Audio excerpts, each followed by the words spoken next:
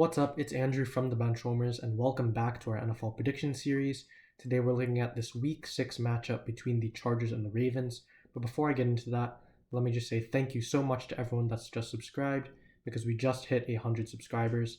And if you haven't subbed, then please do as well, because we're still looking to grow and make more content for all of you. So let's move on to my prediction now between the Chargers and the Ravens. These are two of the best teams in the AFC. They're both 4-1 at this point, leading the conference. And I think they both have a legitimate shot at getting that number 1 seed and the first round bye that comes with it. So let's talk about the Chargers first, the away team for this game.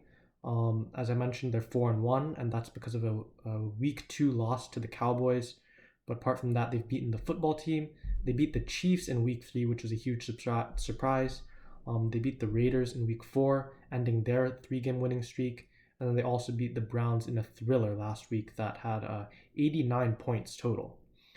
So overall, their offense is really good. They're 7th in the league in both points and yards. And they're one of only 3 teams with over 300 passing yards per game on average. And that's because you have Justin Herbert, who was the best rookie quarterback last year, and he's still continuing to improve. Keenan Allen has been great as always. Mike Williams has taken a step up, and obviously Austin Eckler is one of the best receiving backs in the game. But on the defensive side of the ball, they haven't been as good. So they're 19th in yards and 13th in points, so pretty much average. And they actually have the worst running defense in the whole league, which is really holding their defense back. I know Joey Bosa is great off the edge, but really the interior of that defensive line is very weak, with the exception of Linval Joseph. So overall, they're going to have to, maybe stack the box a little bit more if they want to be able to stop the run. But now let's talk about the Ravens. So also 4-1. They lost Week 1 to the Raiders, which was actually a bit of a surprise at the time. But then they went on a 4-game winning streak, also beating the Chiefs. And then they beat the Lions on a Justin Tucker NFL record field goal. They beat the Broncos in Week 4 and then the Colts last week in a nice comeback.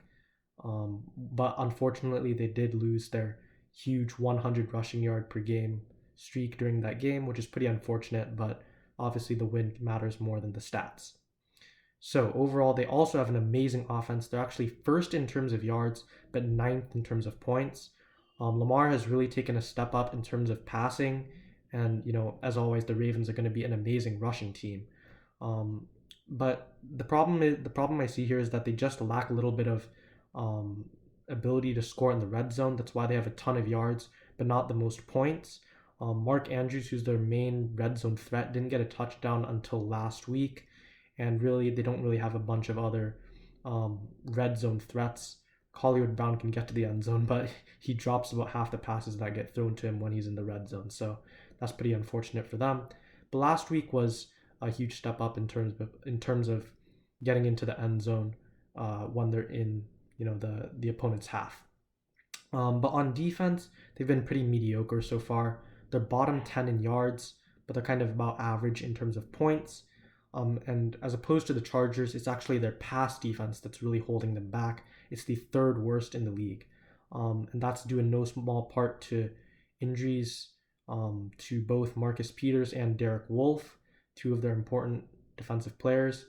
And you can see that injury to Derek Wolfe has really been quite important recently, because they're actually 2nd worst in the league in terms of quarterback pressures.